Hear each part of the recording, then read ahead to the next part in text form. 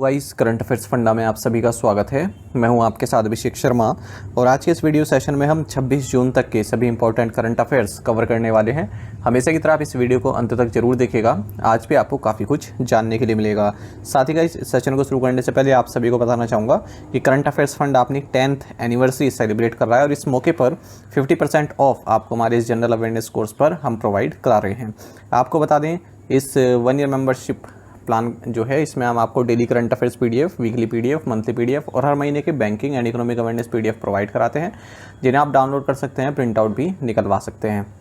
इसके लिए चाहे तो आप करंट अफेयर्स फंडा ऐप को यूज़ कर सकते हैं या फिर अपने लैपटॉप या सिस्टम की मदद से वेब लॉगिन भी कर सकते हैं। कोई भी आपका एग्जाम हो, banking, SSC, railway, state, PCS, जहाँ पर भी जनरल अवेयरनेस या करंट अफेयर्स पूछे जाते हैं, सभी एग्जाम्स के लिए हमारा पीडीएफ कंटेंट काफ़ी यूज़फुल है। और अब तो आपको हमारी इस करंट अफेयर्स फंडा ऐप पर सेक्शनल टेस्ट भी हम प्रोवाइड करा रहे हैं। तो एक बार अगर आपने हमारे करंट अफेयर्स पढ़ लिए और इन क्विज को अटैम्प्ट किया तो यकीन मानिए आपका करंट अफेयर्स सेक्शन काफ़ी स्ट्रॉन्ग हो जाएगा और आप अच्छा स्कोर कर पाएंगे। तो लिंक वीडियो के डिस्क्रिप्शन में या फिर फर्स्ट कमेंट में आपको मिल जाएगा। चलिए फिर करते हैं शुरुआत इस वीडियो सेशन की। सेशन की शुरुआत हमेशा की तरह क्वेश्चन ऑफ द डे से करते हैं। पूछ रहे हैं कि भारत ने आखिरी बार अपनी जनगणना किस वर्ष आयोजित की थी। In which year did India last conduct its census. Option है 2001, 2011, 2014 या फिर 2009। तो जल्दी से आप आंसर कर दीजिए, फिर हम आगे बढ़ते हैं। और इसी तरह क्वेश्चन यदि आप प्रैक्टिस करना चाहते हैं तो हमें टेलीग्राम पर जरूर ज्वाइन करें। करंट अफेयर्स फंडा नाम से हमारा टेलीग्राम चैनल है।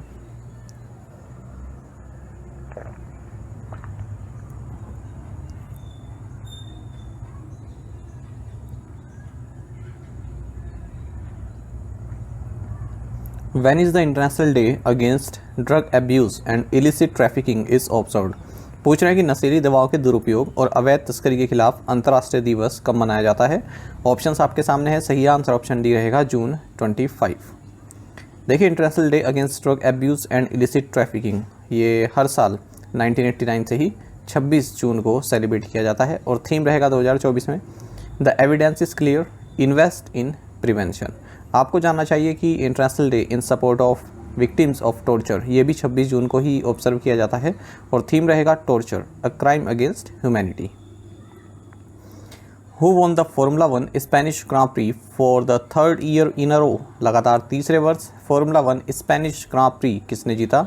ऑप्शंस आपके सामने हैं। सही आंसर ऑप्शन डी रहेगा मैक्स वर्स्टैपन। आपको जानना चाहिए कि रेड बुल के ड्राइवर मैक्स वर्स्टैपन इन्होंने स्पेनिश फॉर्मूला 1 ग्रां प्री जीते हैं लगातार तीसरी बार या तीसरे साल आप कह सकते हैं। और आपको बता दें इस सीज़न 10 रेसेस हुई हैं, उनमें से 7 वर्स्टैपन ने जीती हैं और ये वाली जो जीती स्पेनिश फॉर्मूला 1 ग्रां प्री ये इनकी 61st विन थी अपने कैरियर की।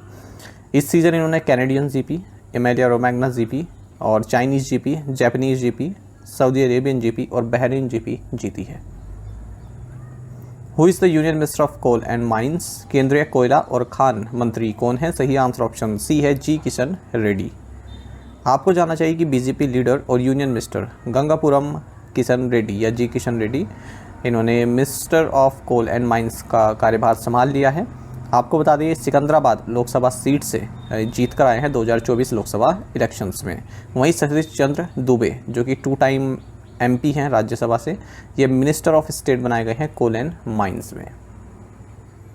India has recently announced the launch of E medical visa facility for the citizens of which country. Bharat ने हाल ही में किस देश के नागरिकों के लिए ई मेडिकल वीज़ा सुविधा शुरू करने की घोषणा की है। ऑप्शंस आपके सामने हैं। सही आंसर ऑप्शन डी है बांग्लादेश। आपको जानना चाहिए कि भारत जल्द ही ई मेडिकल वीज़ा फैसिलिटीज़ बांग्लादेशीज़ के लिए प्रोवाइड कराएगा जो भी मेडिकल ट्रीटमेंट चाहते हैं भारत में। ऐसी अनाउंसमेंट की गई है पीएम नरेंद्र मोदी और उनके जो बांग्लादेशी काउंटर पार्ट हैं शेख हसीना के द्वारा। तो शेख हसीना हाल ही में भारत के दौरे पर थी, तब ये अनाउंसमेंट की गई।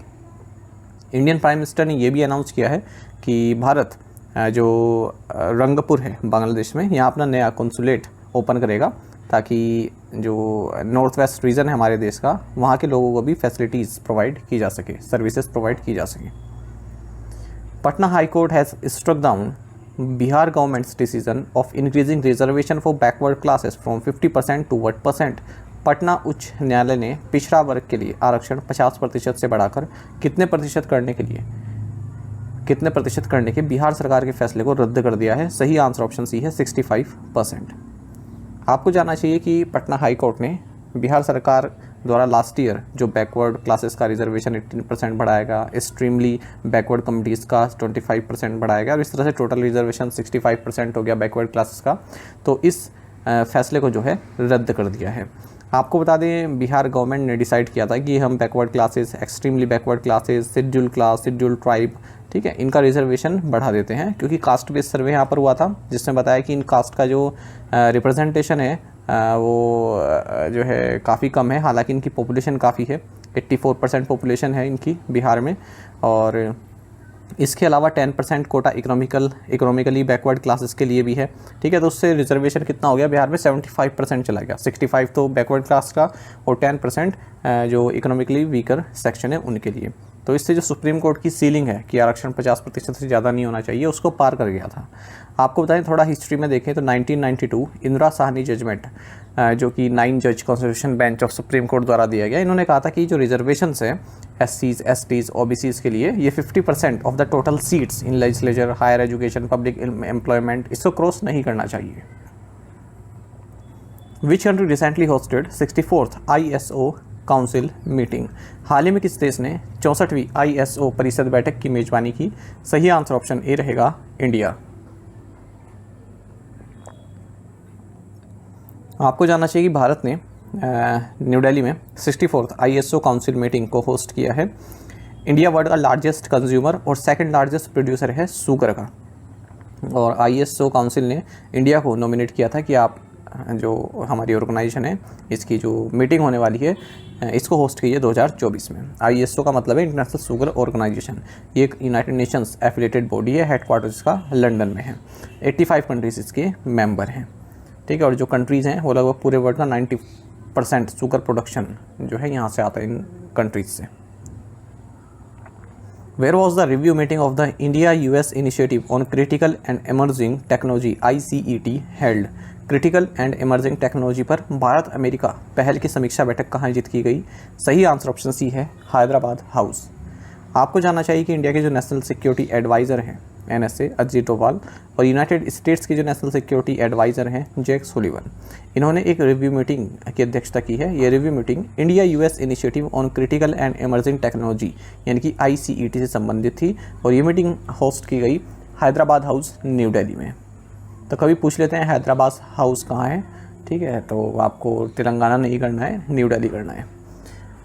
ICET की अगर हम बात करें, ये एक कोलैबोरेटिव फ्रेमवर्क है जिसे यूनाइटेड स्टेट्स और इंडिया द्वारा इस्टेब्लिश किया गया था, ताकि जो टेक्नोलॉजी में जो डेवलपिंग फील्ड्स हैं जिनमें अभी विस्तार हो रहा है उनके लिए हम दोनों देश जो है कोऑपरेट कर सकें।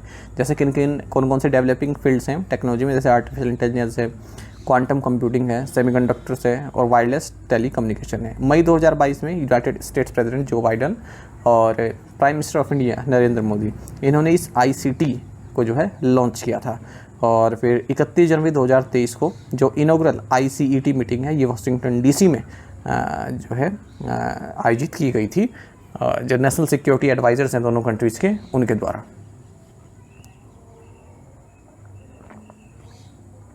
आपको जानना चाहिए जो हैदराबाद हाउस है ये न्यू दिल्ली में है, और ये एक तरह का गेस्ट हाउस है। आप कह सकते हैं कि भारत के जो प्राइम मिनिस्टर होते हैं उनका एक गेस्ट हाउस है, जो भी फॉरेन डिग्नेटरीज आते हैं, ठीक है, यहीं पर उनके साथ मीटिंग की जाती है और रुकने का प्रबंध किया जाता है। The ministry of coal has initiated India's first ever pilot project for underground coal gasification in which state? कोयला मंत्रालय ने किस राज्य में भूमिगत कोयला गैसीकरण के लिए भारत का पहला पायलट प्रोजेक्ट शुरू किया? सही आंसर ऑप्शन बी है, झारखंड। आपको जानना चाहिए कि मिनिस्ट्री ऑफ कोल ने इंडिया का first ever pilot project for underground coal gasification शुरू कर दिया है Kasta coal block, Jamtara district, Jharkhand में। ये इनिशिएटिव ईस्टर्न कोल फील्ड्स लिमिटेड के द्वारा लिया गया है, और इसका मकसद ये है जो कोल है उसको गैस में कन्वर्ट करना, जैसे मीथेन में, हाइड्रोजन में और कार्बन मोनोऑक्साइड में, कार्बन डाइऑक्साइड में, थ्रू इन सीटू गैसिफिकेशन। दिसंबर 2015 में मिनिस्ट्री ऑफ कोल ने अप्रूव किया था ये comprehensive policy framework for UCG in areas rich in coal and lignite. तो जहाँ पर भी ऐसे एरियाज़ हैं जो कोल और लिग्नाइट से रिच है, वहाँ पर ये अंडरग्राउंड कोल गैसिफिकेशन किया जाना है, और इसको मैनेज किया जा रहा है Eastern coal fields Limited, Central Mine Planning and Design Institute, Ergo Energy Technologies Canada, इनके द्वारा, और 2 साल तक ये चलेगा 2 फेजेस में। Which PSU did Manoj Jain recently became the CMD of? हाल ही में मनोज जैन किस PSU के CMD बने हैं? सही आंसर ऑप्शन ई है BEL। आपको जानना चाहिए मनोज जैन ये चेयरमैन एंड मैनेजिंग डायरेक्टर यानी कि CMD बने हैं defence PSU Bharat Electronics Limited के। भारत इलेक्ट्रॉनिक्स लिमिटेड एक Navratna aerospace and defence electronics company है। इसका हेडक्वार्टर्स बेंगलुरु कर्नाटक में है। Who has been elected as a member of the International Academy of Television Arts and Sciences? International Academy of Television Arts and Sciences के सदस्य के रूप में किसे चुना गया? सही आंसर ऑप्शन डी है अनुराग बत्रा। आपको जानना चाहिए डॉक्टर अनुराग बत्रा जो कि फाउंडर हैं एक्सचेंज फॉर मीडिया और चेयरमैन है BW बिजनेस वर्ल्ड के। इन्हें मेंबर नियुक्त किया गया है International Academy of Television Arts and Sciences का। जो ये International Academy of Television Arts and Sciences है ये एक American non profit membership organisation है। न्यूयॉर्क सिटी में है इसका हेडक्वार्टर्स और 1969 में इसकी स्थापना की गई थी। Who has been appointed as the new secretary of the Telecom Regulatory Authority of India? भारतीय दूरसंचार नियामक प्राधिकरण के नए सचिव के रूप में किसे नियुक्त किया गया? सही आंसर ऑप्शन डी है अतुल कुमार चौधरी। आपको जानना चाहिए कि सेंट्रल गवर्नमेंट ने अतुल कुमार चौधरी को नया सेक्रेटरी नियुक्त किया है telecom regulatory authority of India में, क्योंकि ये 31 मई के बाद ये पोजीशन खाली थी क्योंकि वी रघुनंदन का जो है रिटायरमेंट हो गया था। ट्राई की अगर हम बात करें एक रेगुलेटरी बॉडी है गवर्नमेंट ऑफ इंडिया द्वारा section 3 of the telecom regulatory authority of India act 1997 के तहत इसको स्थापित किया गया था। भारत में जो भी टेलीकम्युनिकेशन सेक्टर है उसकी रेगुलेटरी बॉडी है ये। इसमें एक चेयरपर्सन होता है और 2 से ज़्यादा फुल टाइम मेंबर नहीं होनी चाहिए, 2 से ज़्यादा पार्ट टाइम मेंबर इसमें नहीं होना चाहिए। अच्छा, जो ट्राई एक्ट है इसको अमेंड भी किया गया था ऑर्डिनेंस द्वारा 24 जनवरी 2000 को, और जिसके तहत telecom disputes settlement and appellate tribunal का स्थापना की गई थी, ताकि ट्राई द्वारा जो भी फैसले लिए जाते हैं उसके अगेंस्ट अगर अपील करनी है तो आप इस ट्रिब्यूनल में अपील कर सकते हैं। Which Swedish company awarded Infosys a contract valued at over $100 million? किस स्वीडिश कंपनी ने इन्फोसिस को $100 मिलियन से अधिक मूल्य का अनुबंध दिया है? सही आंसर ऑप्शन ए है आइकिया। देखिए, स्वीडिश फर्नीचर रिटेलर आइकिया इसने इन्फोसिस को $100 मिलियन से अधिक की एक डील दी है, ठीक है। और इसमें इन्फोसिस क्या करेगा, जो भी सर्विस मैनेजमेंट है, सर्विस नाउ से संबंधित IT services management, service desk, ये प्रोवाइड कराएगा 1,70,000 वर्कर्स को और 2,60,000 डिवाइसेस में, ठीक है, वो भी 19 लैंग्वेजेस में, जो भी आइकिया के एम्प्लॉयज़ हैं उनको। Which city in India was officially declared as the first UNESCO city of literature? भारत के किस शहर को आधिकारिक तौर पर यूनेस्को का पहला साहित्य शहर घोषित किया गया? सही आंसर ऑप्शन डी है कोझिकोड। आपको जानना चाहिए कोझिकोड जो कि नॉर्थ केरला में, जिसे कभी सिटी ऑफ जैमोरिन्स के नाम से बुलाया जाता था, ये इंडिया की first UNESCO city of literature घोषित की गई है ऑफिशियली। हालांकि अक्टूबर 2023 में ये घोषित कर दिया गया था कि लिटरेचर कैटेगरी में जो है कोझिकोड का नाम आया है। अच्छा, उस वक्त ये भी बताया गया था कि जो ग्वालियर है मध्य प्रदेश में, ये म्यूज़िक कैटेगरी में सिलेक्ट किया गया है और कोझिकोड को लिटरेचर कैटेगरी में। तो इनके अलावा और जो सिटीज़ इसमें घोषित की गई हैं अलग अलग कैटेगरीज होती है। जैसे बुखारा है, इसको क्राफ्ट्स एंड फोक आर्ट में सिलेक्ट किया गया है, कैसाब्लैंका को मीडिया आर्ट्स में, और चोंकिंग को डिज़ाइन में, काठमांडू को फिल्म में, रियो डी जेनेरियो को लिटरेचर में, उलन बटार को क्राफ्ट्स एंड फोक आर्ट में। ये जो न्यूली डिज़ाइंड क्रिएटिव सिटीज़ हैं, अब ये 2024 UCCN एनुअल कॉन्फ्रेंस जो कि ब्रागा पोर्चुगल में होगी, यहाँ पर जो है पार्टिसिपेट करेंगी और थीम रहेगा इस समिट का bringing youth to the table for the next decade. जो UNESCO city of literature programme है, ये क्रिएटिव सिटीज़ नेटवर्क का एक पार्ट है और ये जो नेटवर्क है इसको 2004 में लॉन्च किया गया था। 7 क्रिएटिव फील्ड्स इसमें होते हैं, crafts and folk art, design, film, literature, gastronomy, media arts and music. 2004 में एडिनबर्ग फर्स्ट लिटरेरी सिटी बनी थी। Who chaired the 53rd GST council meeting? 53वीं GST परिषद की बैठक की अध्यक्षता किसने की? सही आंसर ऑप्शन डी है निर्मला सीतारमण। आपको जानना चाहिए 53rd GST काउंसिल है, ये union minister of finance and corporate affairs Nirmala Sitharaman की चेयरमैनशिप में आयोजित की गई न्यू दिल्ली में। तो GST रेट्स में चेंजेस लाए गए हैं, किन किन चीज़ों में देख लेते हैं। एयरक्राफ्ट पार्ट्स एंड टूल्स, तो यहाँ पर 5% IGST लगाया गया है। जो भी एयरक्राफ्ट से संबंधित parts, components, testing, equipment, tools, ये सब इंपोर्ट किए जाएंगे उन पर। मिल्क कैंस 12% जीएसटी लगेगा all steel, iron and aluminium milk cans पर। कार्टन बॉक्स जीएसटी लगेगा कार्टन्स पर, बॉक्सेस पर, ठीक है। एंड केसेस जो होते हैं पेपर के, उसको जो है 18% से 12% कर दिया गया है। सोलर कुकर पर 12% जीएसटी लगेगा। पोल्ट्री मशीनरी पार्ट्स पर भी 12% जीएसटी लगेगा। स्प्रिंकलर्स 12% जीएसटी लगेगा, सभी तरह के स्प्रिंकलर्स जो होते हैं, चाहे वो फायर वाटर स्प्रिंकलर्स हों। एग्जाम्पशंस देख लेते हैं किन्हें छूट दी गई है। जैसे इंडियन रेलवे सर्विसेज और इंट्रा रेलवे सप्लाईज़ को एग्जाम्प्ट किया गया है, जैसे कि platform tickets, retiring rooms, clock rooms, battery operated car services, intra railway transactions. Accommodation services को भी एग्जाम्प्ट किया गया है। जो स्टूडेंट्स या वर्किंग प्रोफेशनल्स हैं उनको थोड़ी राहत दी गई है। तो यहाँ पर भी एकोमोडेशन है 20,000 प्रति मंथ का पर पर्सन, 90+ डेज़ के एकोमोडेशन के लिए, उसको भी एग्जाम्प्ट किया गया है। एसपीवी सर्विस, जो एसपीवी सर्विस है इंडियन रेलवेज़ की या मेंटेनेंस सर्विस की, ठीक है, वो भी एग्जाम्प्ट की गई है। थोड़ा सा हिस्ट्री जान लेते हैं जीएसटी की जल्दी से। जो ये जीएसटी का आइडिया सबसे पहले Kelkar task force on indirect taxes, इसके द्वारा दिया गया था साल 2000 में। फिर जीएसटी रेजिम जो है 122वां अमेंडमेंट, कॉन्स्टिट्यूशन अमेंडमेंट बिल जो लाया गया था, उसके द्वारा जीएसटी रेजिम की स्थापना की गई 2016 में। और 101वां कॉन्स्टिट्यूशन अमेंडमेंट एक्ट था ये 2016। देखिए अलग चीज़ें होती है, जब एक्ट बन जाता है ना वो अलग है, और जो बिल लाए है उसकी नंबरिंग अलग है। तो अगर आपसे पूछे कि जीएसटी जो है कौन सा बिल था जिससे जीएसटी लाया गया, तो 122वां अमेंडमेंट बिल था वो, ठीक है। और जब वो एक्ट बन गया तो एक्ट कौन सा बना, 101वां कॉन्स्टिट्यूशन अमेंडमेंट एक्ट, ठीक है। तो ये इस तरह डिफरेंस इसलिए है क्योंकि ऐसा जरूरी नहीं है कि जो भी बिल लाया जाता है वो जो है एक्ट बनी जाता है, ठीक है, ऐसा ज़रूरी नहीं होता। 2017 में जो है लागू हुआ। आपको बताइए जीएसटी काउंसिल को नोटिफाई किया गया था 15 सितंबर 2016 में, और प्रेसिडेंट ने जीएसटी काउंसिल को एक जॉइंट फोरम के तौर पर सेटअप किया था सेंटर और स्टेट के बीच में अंडर आर्टिकल 279A(1). और इसमें जो मेंबर्स होते हैं यूनियन फाइनेंस मिनिस्टर चेयरपर्सन होते हैं, और union minister of state finance from the centre. 2022 में सुप्रीम कोर्ट ने ये भी कहा था कि जो रिकमेंडेशन है जीएसटी काउंसिल को वो नॉन बाइंडिंग है, ठीक है। तो जजमेंट दिया था union of India and ANR versus MS Mohit minerals through directors के जजमेंट में। Which two companies have signed an agreement to set up a small scale liquefied natural gas plant in Madhya Pradesh? Madhya Pradesh में छोटे पैमाने पर तरलीकृत प्राकृतिक gas संयंत्र स्थापित करने के लिए किन दो कंपनियों ने समझौते पर हस्ताक्षर किए?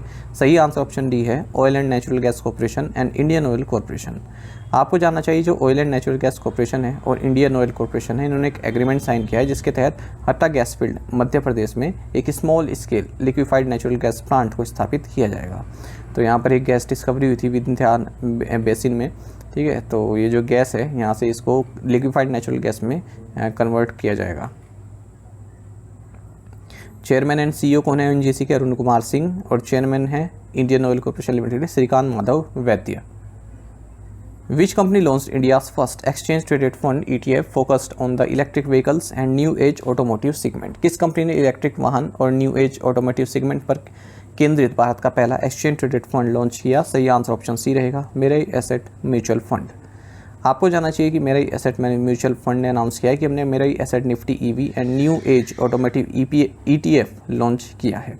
ये इंडिया का फर्स्ट एक्सचेंज ट्रेडेड फंड है जो कि इलेक्ट्रिक व्हीकल्स और न्यू एज ऑटोमोटिव सेगमेंट से संबंधित है। The fund aims to offer investors long-term capital appreciation opportunities by investing in the equity of companies that are at the forefront of dynamic and rapidly evolving automotive sector and the entire value chain. How much dividend did State Bank of India pay to the central government for the financial year 2023-24? वित्तीय वर्ष 2023-24 के लिए भारतीय state bank ने केंद्र सरकार को कितना लाभांश दिया? सही आंसर ऑप्शन बी रहेगा, 6,959 करोड़ रुपये। देखिए स्टेट बैंक ऑफ इंडिया ने 6,959 करोड़ रुपए का डिविडेंड पे किया है फाइनेंशियल ईयर 2023-24 के लिए सेंट्रल गवर्नमेंट को। स्टेट बैंक ऑफ इंडिया आप सभी जानते हैं पब्लिक सेक्टर बैंक है और गवर्नमेंट के इसमें 57.49% शेयर्स हैं। जो ये डिविडेंड चेक है ये फाइनेंस मिनिस्टर निर्मला सीतारमन को प्रेजेंट किया गया SBI चेयरमैन दिनेश कुमार खारा के द्वारा। 2023-24 में जो SBI है इसका जो नेट प्रॉफिट रहा है 67,085 करोड़ रुपए का रहा है, जबकि इससे पिछले फाइनेंशियल ईयर में 55,648 करोड़ रुपए का रहा था। वहीं एक और PSU बैंक ऑफ महाराष्ट्र ने 857 करोड़ रुपए का डिविडेंड जो है ये फाइनेंस मिनिस्टर निर्मला सीतारमण को सौंपा है। आपको बता दें गवर्नमेंट ऑफ इंडिया के 86.46% स्टेक हैं इस Pune based bank of Maharashtra में। डिविडेंड का मतलब क्या होता है, कोई भी पब्लिक लिस्टेड कंपनी है, ठीक है, उसका जो नेट प्रॉफिट हुआ है उसमें से कुछ हिस्सा वो अपने शेयर होल्डर्स को देती है, उसको बोलते हैं dividend. To the point questions and answers देख लेते हैं। The region Apulia is in which country? Italy. In which century Nalanda university was founded? 5th century। Prime Minister led the 10th International Day of Yoga celebrations in Srinagar on June 21st. Where is Pandit Deen Dayal Upadhyay National Institute for Persons with Physical Disabilities, New Delhi? The International Yoga Day was observed on June 21st. Which other day was celebrated on the same day? Answer is World Music Day. Theme रहा Music on the Intersections. आप में से कई students ने बिल्कुल सही answer किया है, इसी तरह से पार्टिसिपेट करते रहिए। चलिए आज के असाइनमेंट क्वेश्चन देख लेते हैं, इनके आंसर आपको अभी कमेंट बॉक्स में देने हैं। Who is the union minister of food processing industries? Who was appointed as the Bahujan Samaj party's national coordinator? Which bowler took hat tricks in 2 consecutive matches in the ongoing T20 world cup? Which country for a माफ़ कीजिएगा which company है ना, which company for a brief period surpassed Microsoft to become the most valuable public company in the world? Which article of the Constitution states that the Speaker of the Lok Sabha shall not vacate his or her office until immediately before the first meeting of the Lok Sabha after its dissolution? तो इन 5 questions के answer आपको comment box में देने हैं। यदि एक question का answer भी आता है तो अभी आप हमें कमेंट बॉक्स में बताइएगा। साथ ही करंट अफेयर्स फंडा को आप टेलीग्राम पर भी ज्वाइन कर सकते हैं। यहाँ पर रेगुलर वीडियो अपडेट्स और करंट क्विज हम आप सभी के लिए डालते रहते हैं। साथ ही डिस्कशन ग्रुप में आप किसी भी क्वेश्चन का सोल्यूशन पा सकते हैं। दोस्तों यहाँ पर हमारे करंट अफेयर्स की प्लेलिस्ट दी गई है, इसको आप जरूर देखिए। अपने दोस्तों के साथ, फेलो एस्पिरेंट के साथ हमारे करंट अफेयर्स को शेयर जरूर करें।